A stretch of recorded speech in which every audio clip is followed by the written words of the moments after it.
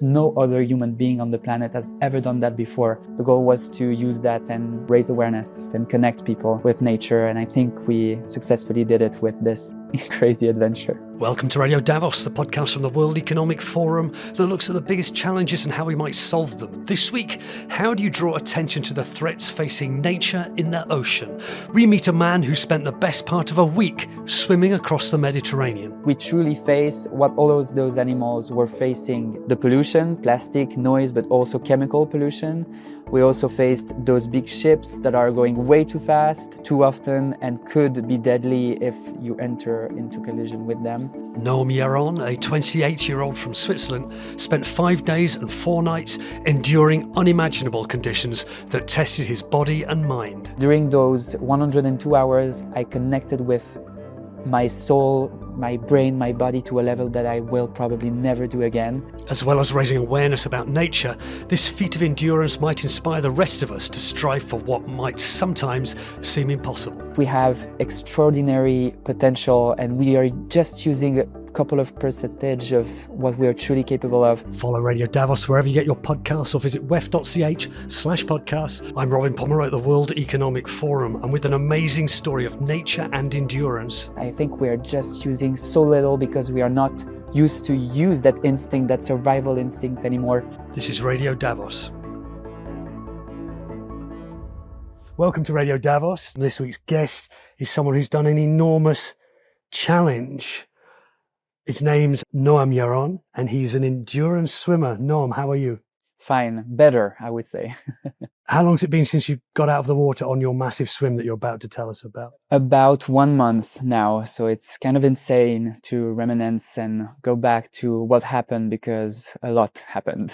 Okay, tell us about this most recent thing, and then we'll go back and find out kind of the journey you went on to get here. What were you doing in the water for all this time? So the goal was to swim for Calvi in Corsica Islands up to Monaco. It's the length of the biggest marine protected area in the Mediterranean Sea, called the Pelagos Sanctuary. And despite its name, it's not very much protected. So the goal was to use this world record for the longest swim, those what we thought were 180 kilometers at the time, transformed in being 191, spending 5 days and 4 nights without leaving the water. That was the only rule. So I was just with my wetsuit, goggles, and cap, swimming as far as I could. And unfortunately, 2 kilometers away from the shore in Monaco, I had to go out from the water because of trouble breathing and also burns that I got from the salt with the friction in my wetsuit. So that was, I would say, the kind of signal for my body and brain saying, okay, that's the last breath that you could take. And my team got me out from the water, and then I was in the hospital for 9 days. It was the most painful experience of my life, dealing with those 15-second degree burn. So it's a lot of pain from taking care of those burns. I couldn't imagine me being in this position, being in the hospital. I've done a lot of different challenges in the past, swimming Lake Geneva that is just next door, which is the biggest alpine lake in Europe. That was my first challenge that I've done for nature.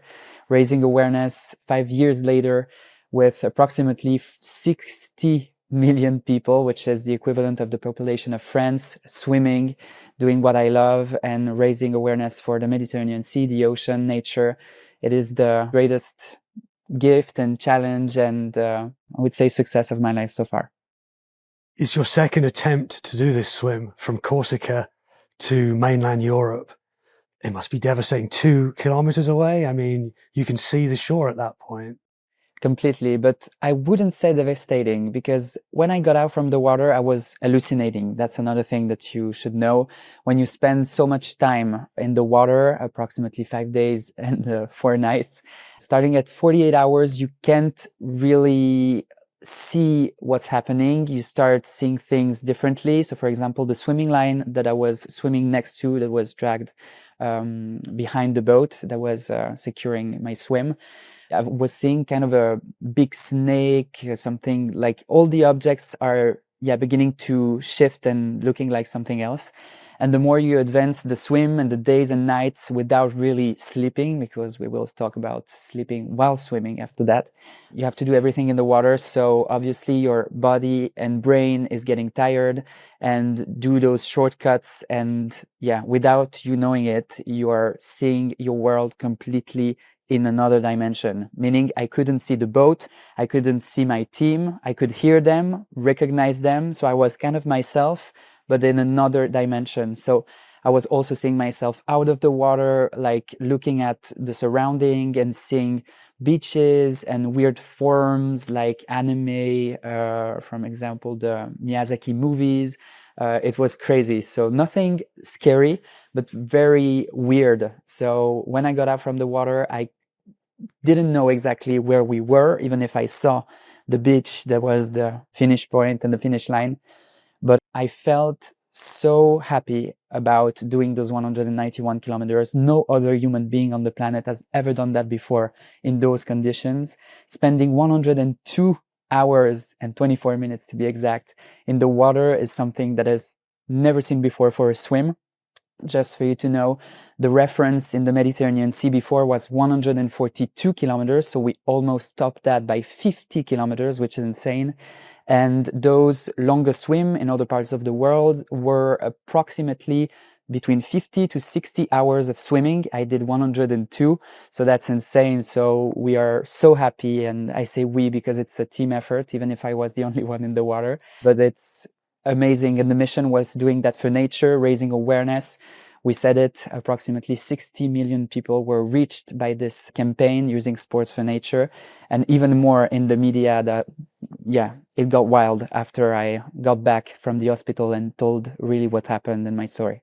I've seen some video, because you have this crew on the boat and they're sending out videos and you're talking to camera before you set off. And I know the thing you're talking about, this kind of a line of inflatables that you follow even at night, and they light up as well. And I can just imagine, someone who's at the beach and spends an hour or two maybe splashing around. When you get out, you feel the world spinning slightly around you. You spent 5 days in there and nights. I mean, a lot of people listening to this, they might run marathons or maybe triathlons. It's a very popular thing. Things that used to be considered quite extreme, Ironman, these kinds of things. You've gone way beyond that. I mean, can you tell us, when you first get in, it's fine. When does it start to feel like a bad idea? How many hours into it do you think this is really going to hurt? My answer will be weird, but I would say never. And that's, I would say, the craziest thing. We got a lot of challenges during this swim. As you probably know, when you are in the high seas, so meaning you can't see land, because I would say 2/3 of the swim you can't see land. So I swam so far that I couldn't see either the island or the mainland that I was trying to get to. You have jellyfish everywhere that could get you bad sting and also give you an anaphylactic shock if you are crossing a bunch of jellyfish at the same time. You have currents that were definitely not in our favor during this swim. You have waves, you have rain, wind. We experienced everything, but it was the only weather window of the summer. So we had 5 days and 5 nights of, I would say, approximately good weather. And we experienced a lot of things that weren't supposed to happen. So rain, wind, waves. I would say for preparing such a challenge that nobody has done in these conditions before, you have to prepare yourself, your team, your logistics. And I would say that's approximately 10% of what it takes to succeed. The 90% that's left is nature, current, weather, and all of that is not something you can control. So you have to be okay with the fact that you are starting an adventure that costs a lot of money. Obviously, you have to find sponsors, etc., find a team, finance the team, all the logistics, and you get in the water in Calvi and you're like, okay, now there is no going back. It was the second attempt, obviously, but I knew that I'm not going to do a third one. So I was like, this is road to success or nothing. And we came across many obstacles, but we faced them with, I would say, kindness and understanding that we were doing that for nature. So being not ready to face what nature is offering us, even if it wasn't always positive, we were like, okay, let's go. And every hour, every minute, every second was, a second less to spend in the water, I would say. So we took those challenges and obstacles one after the other, and it got us 191 kilometers, 102 hours spent in this beautiful Mediterranean Sea that is one of the most polluted seas in the world. And that's what is the mission behind it, to promote its, I would say, protection, and also get the people to be connected with the Mediterranean Sea to better take care of it. I want to come to the mission in a moment, but everyone's going to be asking you the same questions. You're in the sea for 5 days without getting out. You have to do all the bodily functions. So you're eating, you are, whatever the word is, excreting, and I can imagine doing those things in the water. I can't imagine sleeping, because surely you can't go all that time without sleeping. What happens? Feel free to tell us how you do those other bodily things as well, but I'm particularly fascinated by the sleep. So the rule was not getting out of the water. So obviously you eat, you drink, and you try to rinse your mouth from the salty water that is attacking your mouth. My tongue was expanding because of the inflammation. So everything got worse hour by hour. But every 60 minutes, I have between 5 to 10 minute breaks where I have a floatable device that is being placed in the water, and I have all my feedings inside. So drinks, obviously more, I would say, electrolytes, water, things that could get you back up again. Some caffeine every once in a while that I had to stop for a year to get more, I would say, effect from this caffeine to get me as sharp as possible, more in the mind than being awake, I would say. And then peeing in the wetsuit is one of the best thing, even if it's not very sexy, to get your body temperature to be used with the liquid that comes out to get some degrees up when you pee in your wetsuit. And then you have the pooping part. So we try to design with the wetsuit company what we call the poop flap that is behind your butt, and that you can just unzip and poop in the water. Unfortunately, I used a wetsuit that is pretty old. So it's the first, I would say, model that they created years and years ago. And I found out that this one was the one to do this crossing, because once again, no equipment on Earth is made to swim that far. It cracked under the arms, not because of bad quality of the product, but because the friction and the numbers of kilometers is so insane that even the material is not strong enough to keep that. So I had to take out my wetsuit and put a new one in the water again. And it's easier than it sounds, because the water just makes all the, I would say the wear more easily. But to poop in the water, you have to unzip the wetsuit, put it down your butt, poop, and then put it back up again. It's very, I would say, time consuming first and not very practical. So definitely if I do another challenge in less salty waters, I will have to think about ways to get that poop flap installed to avoid that. And what truly, I would say, changed the world, and all the media and the internet is talking about it, is how I sleep while swimming, because yes, it's possible. It's something that I tried to prepare years ago with a specialist in hypnosis. So it's an hypnosis technique that just shut down a part of my brain while another one is still awake and being, I would say, very conscious about the lights that comes in my eyes closed, because at night when I swim, I have a swimming line with a light.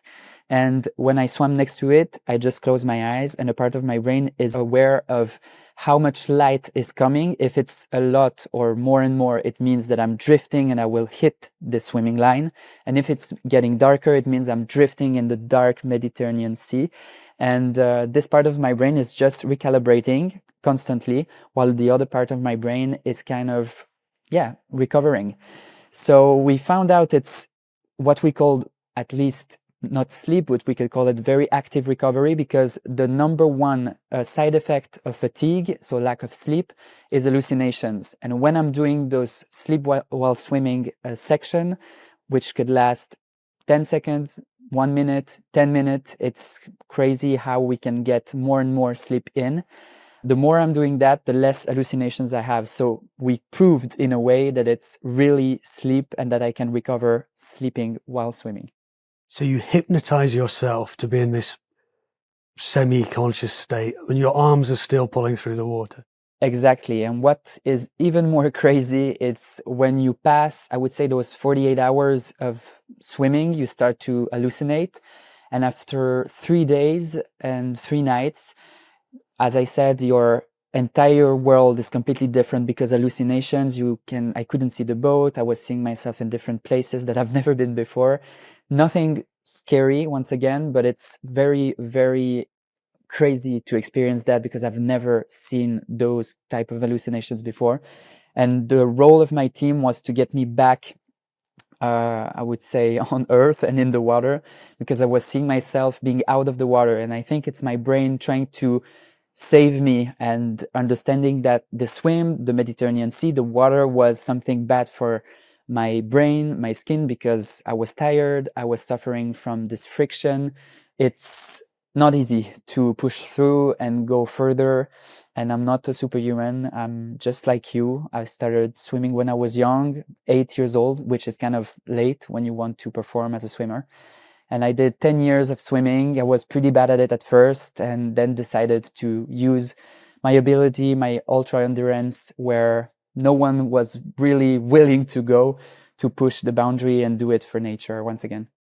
So let's talk about the mission then that you mentioned. You're doing this for nature, for the biodiversity of the Mediterranean Sea and the ocean in general. Why is that your mission? I discovered the cause, so water preservation and biodiversity protection, with my first ever challenge. It was my childhood dream, which was to cross Lake Geneva in length. It's approximately 75 kilometers. At that time, in 2021, swimming pools were closed in Switzerland, where I live. At that time, I had no choice to train in the very cold water of Lake Geneva during the winter. And in the winter, the water is crystal clear, so you can see what's happening below the surface. And I discovered for the first time while training in the cold water that the bottom of the lake was full of trash. And I was like, how could I live for 20 years on the shore of this lake and not witnessing that before? So I got very close to associations that are defending the lake on a daily basis on both French and Swiss side. And I discovered that at the time, 50 tons of plastic were ending in the lake every year. So I was like, okay, if there is a cause that I want to carry and raise awareness, is truly water preservation and biodiversity protection. So I swam that lake and I broke the record by almost 3 hours, which was not expected at all. It took 19 hours, 53 minutes and 7 seconds to be exact. And the previous record was 20 hours, 39. And it must be, so there's an official route then that's been established. Where do you start and where do you finish? Exactly. So we had to start in Le Château de Chillon, it's called, which is pretty famous here, and up to the Bain des Paquis in Geneva. And it was a rough ride. We did a documentary with the swim. It got also a lot of attention. And the weather was so bad that we had to leave one boat behind. We had two boats.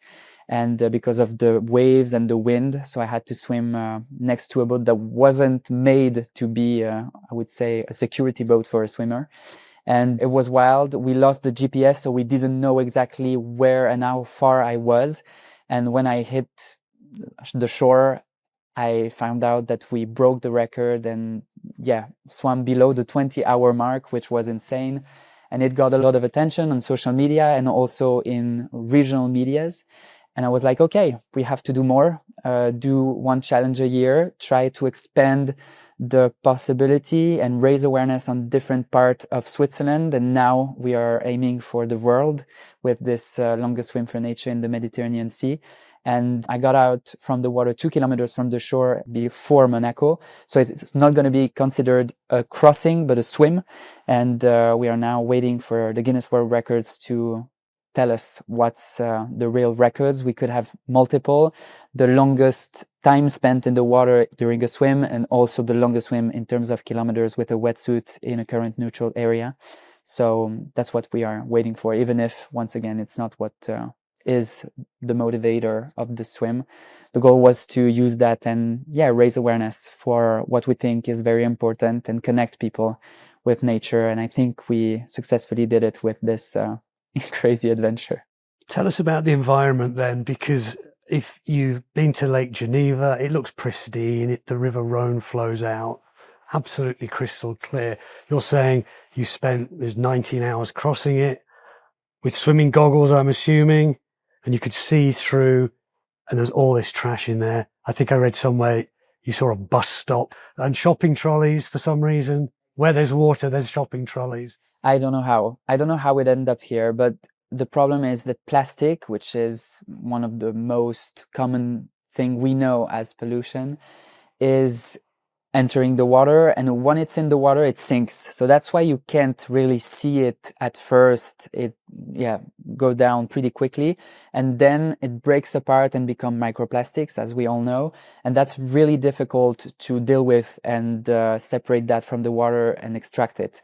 So the goal, and it's also an action that we organize for 4 years now, it's called the Water Lover Challenge, which the goal is to collect as many cigarette butts from the 20th to the 30th of September.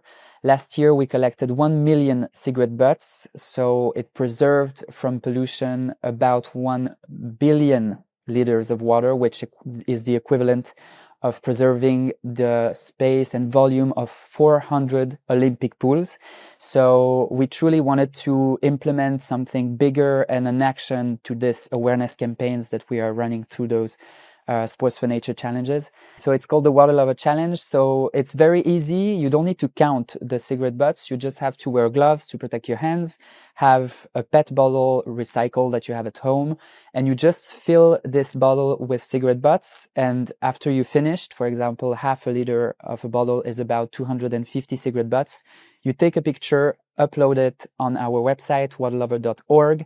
It's open worldwide. Even if you are not close to a water, the goal is to get rid of those cigarette butts that has nothing to do on the floor before they end up in the water, in the river, blown by the wind, by the rain, whatsoever, and ends up in water. And that's, the most important thing. And hopefully we will break a record again this year and collect more than 1 million in 10 days.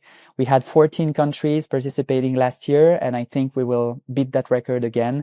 It's unfortunate, but it's obviously a good sign if we can collect more and avoid those cigarette butts end up possibly in the water.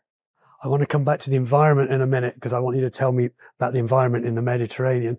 But just on this, how active are you then involved in policy? Because you can pick up as much trash as you want, but people shouldn't be throwing their cigarette butts there. Perhaps cigarette butts shouldn't be made of plastic.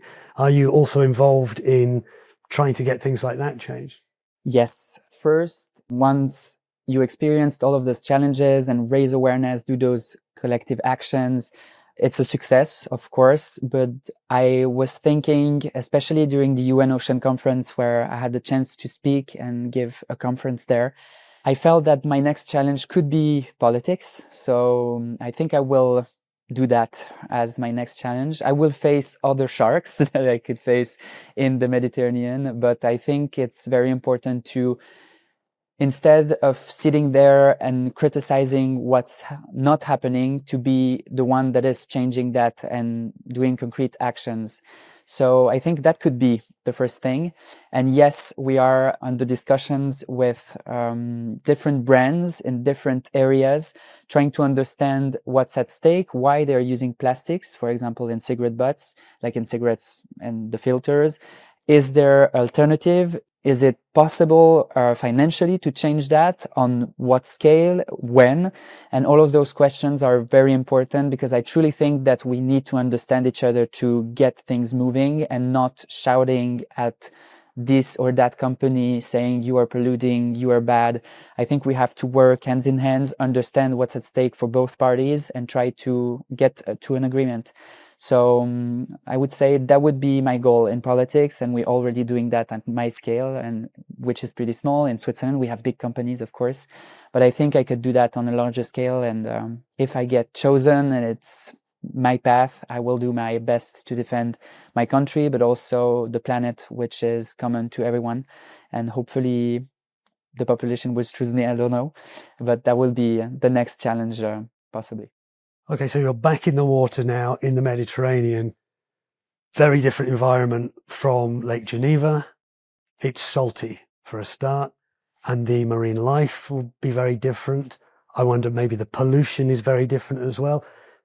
You've been in it for days, several times. What did you learn about the Mediterranean that maybe most of us don't know? I learned a lot. The first thing that I understood is that I will come across more plastics than animals. And that was a first moment when I realized that there is really a problem. Secondly, I had the chance to get to know the species that are depending on the quality of water and that are living in the Mediterranean Sea, and more specifically in this marine protected area that, once again, it's not really protected. But the insane thing that I experienced during my first attempt, which was 103 kilometers in 48 hours in 2024, before doing this one, after 20 kilometers of swimming, so being quite far from the shore, from Corsica Island, I started seeing whales, and I've never seen a whale before. And I could hear them on the water. I could see them while I was doing my breaks every 60 minutes. And I was like feeling that they were here to cheer me up, to encourage me to go further, like they understood why I was there, trying to defend them and their interest. And that moved me a lot. And it's one of the things that got me to go back and try again.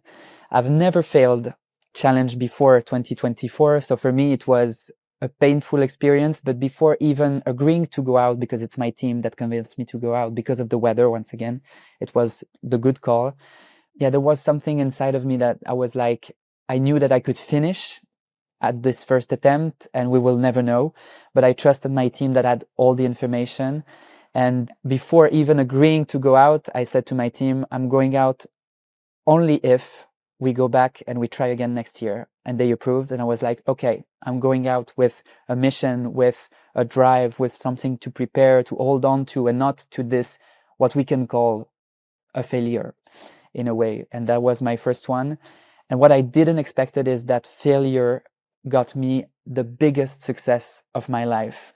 Media in France were talking about a huge swim and were praising the fact that I will try again and not emphasizing the fact that I go out from the water before the end of the swim.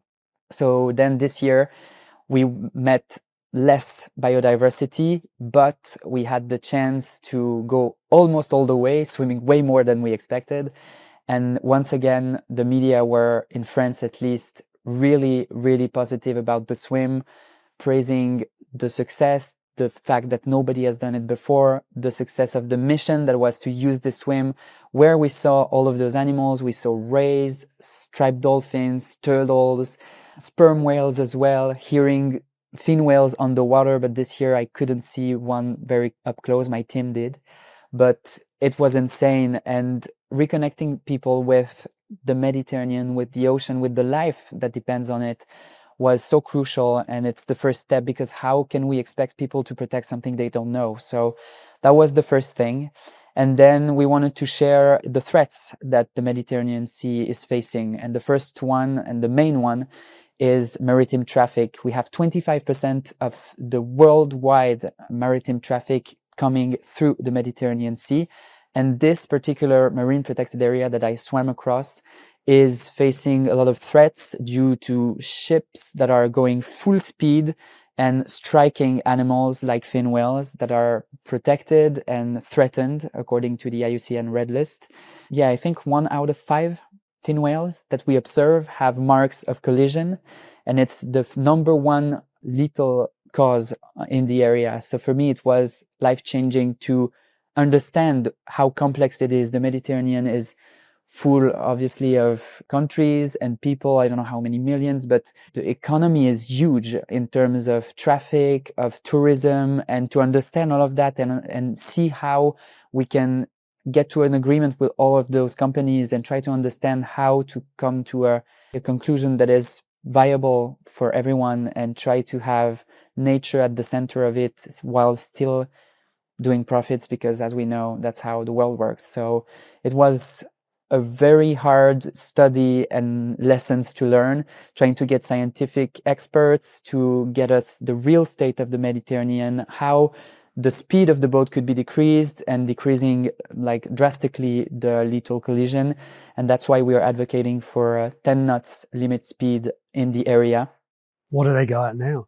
More than 20 knots on the area. And that's, as you know, and as we face in the reality with a car, it's not because it's twice as more that it's twice as more dangerous.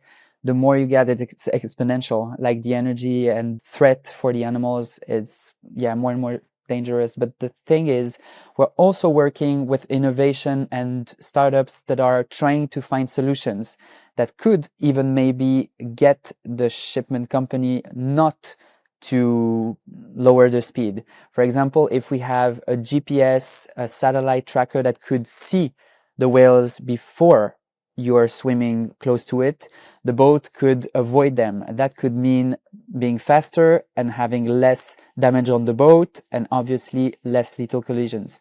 So that's existing, but we have to find ways to implement those solutions and those innovations in the real life, making it make sense, trying to improve those solutions. So we are trying to follow up close all of those companies that are doing wonderful work and that could truly change the world. What was it like the first time you were aware you were swimming near a fin whale? Fin whale's a big whale, right? What did it feel like to you?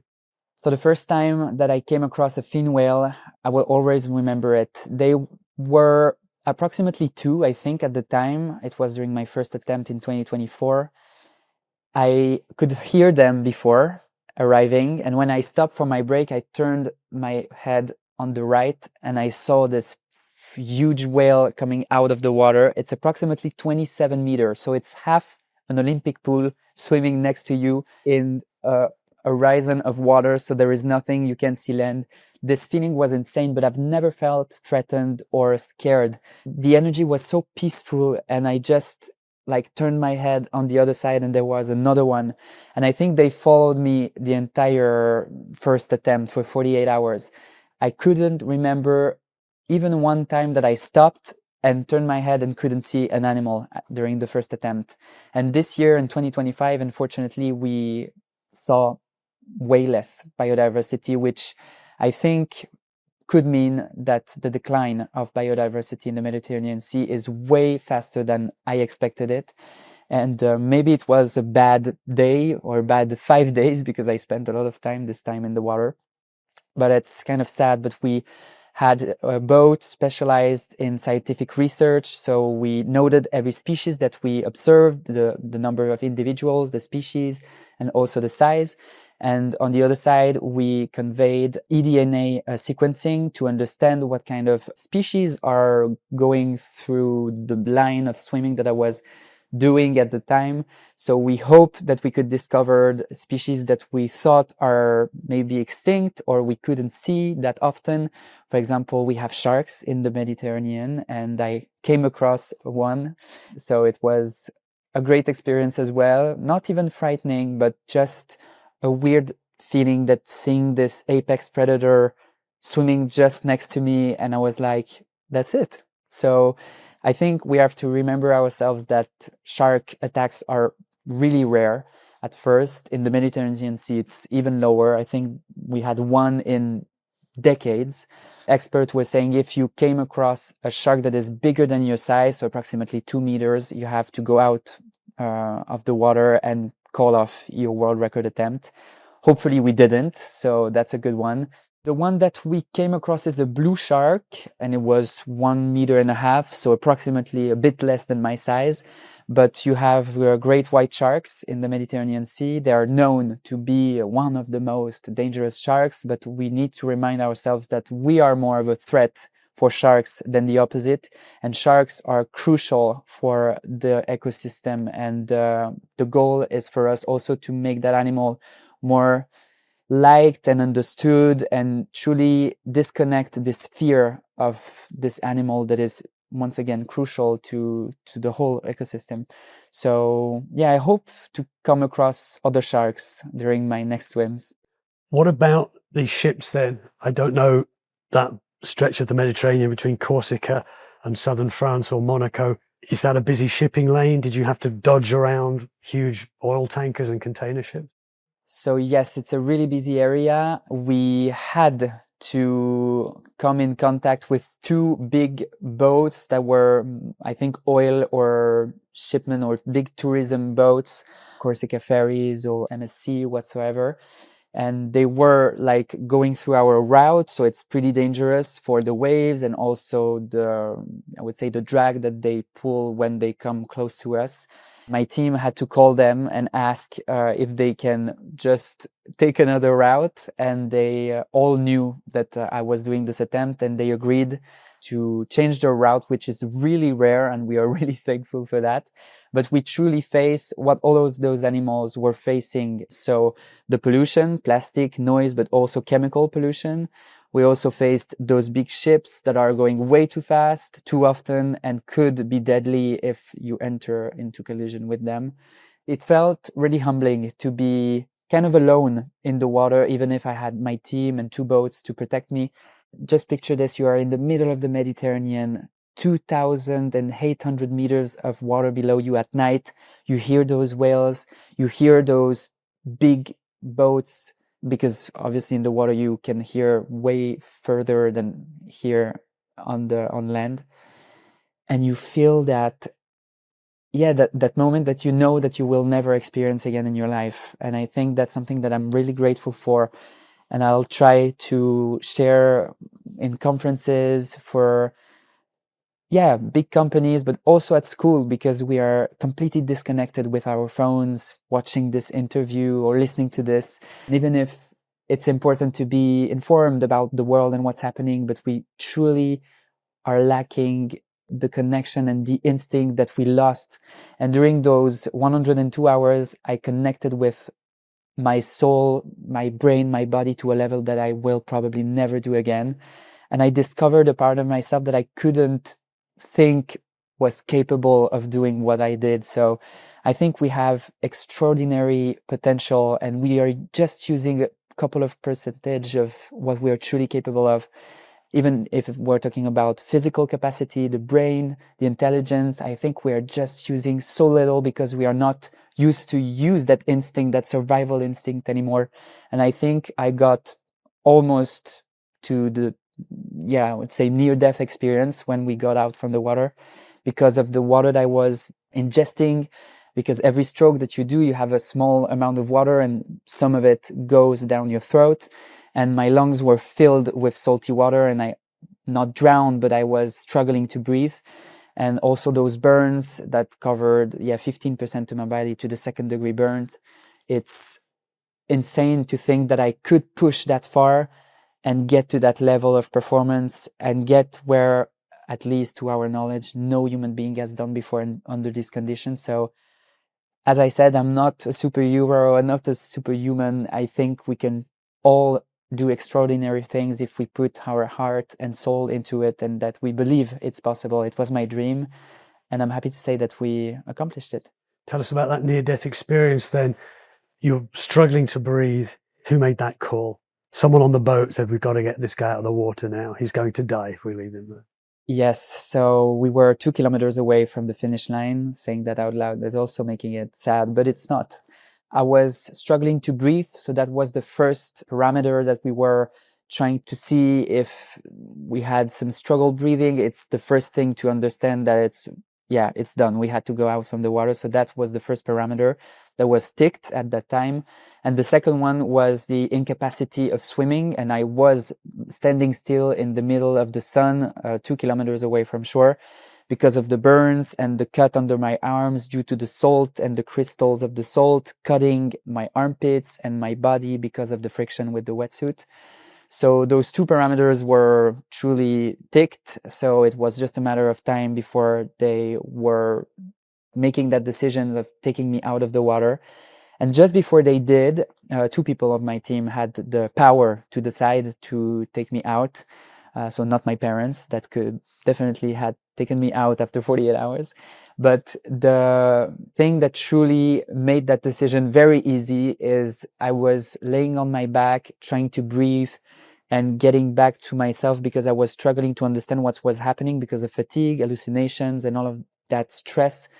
And I started leaving my body, seeing myself flying in the air, seeing lights and hearing things from heaven, whatsoever, whatever we call it. I was like hearing those voices that tried to calm me down, like, it's okay, you did your best, now it's done, you can rest, it's finished, you did your, and I'm like, no, I'm not finished. I'm going back into my body and I'm leaving this water. And I got back into like in myself, and I was like, okay, I shared this experience with my team and they said, okay, we are getting you out of there, and we go to the hospital. And then I was in Monaco in the hospital, and they discovered that my oxygen level was so low that I shouldn't be able to breathe. And that was really shocking to me because I was obviously aware, awake, very tired, hallucinating still, but I was talking. So the doctor said, even if the oxygen levels is way lower than he should be having and being aware and awake, I think we are pretty good to go. It seems he's not having any issue, because we are also afraid that I had brain damage because of the lack of oxygen. And after that, they did a small, I would say, imagery of my lungs, and they discovered that I had my lungs completely full of salt. And that was a second, I would say, bad news. And they were like, okay, you are going to the emergency and we are not getting you out of there until your oxygen levels is back to normal. So approximately 99%. I was, way lower than that. And the second thing is that the salt gets out of your lungs and there is nothing to do besides giving you oxygen through a mask, because the lungs are obviously very sensitive. It's very tricky to treat. And after 36 hours, my lungs were completely recovered. So we don't know how it's possible. It should have taken weeks and it took 36 hours. I was like, great. Then I had a problem with some blood issues. It got back to normal after 10 hours. So the recovery was insane. And the only thing I had to face is the burns, which is pretty bad, honestly. And I have to spend 1 year without being exposed to sunlight, which is pretty sad for a swimmer. And I was planning to, enjoy next summer, not doing a 5th challenge in a row, but we will have to wait, and I'll have to, be wearing a t-shirt while swimming or enjoying the sea or the lake, whatever. So that's sad. But besides that, I have no consequences in terms of health. So I'm very happy. My brain is doing well. And now we will focus on recovery and also building this incredible documentary that we will put together in a couple of weeks. And hopefully having the greatest partner to broadcast that internationally in English and French. And to raise awareness to another level using this story that truly inspired a lot of people. And I think it could get even wider with this documentary. I'd love to write a book as well on the entrepreneurship side of this adventure, because to finance those projects, you have to get the financing, the sponsors, get people to believe in a project that nobody has done before. How do you do that?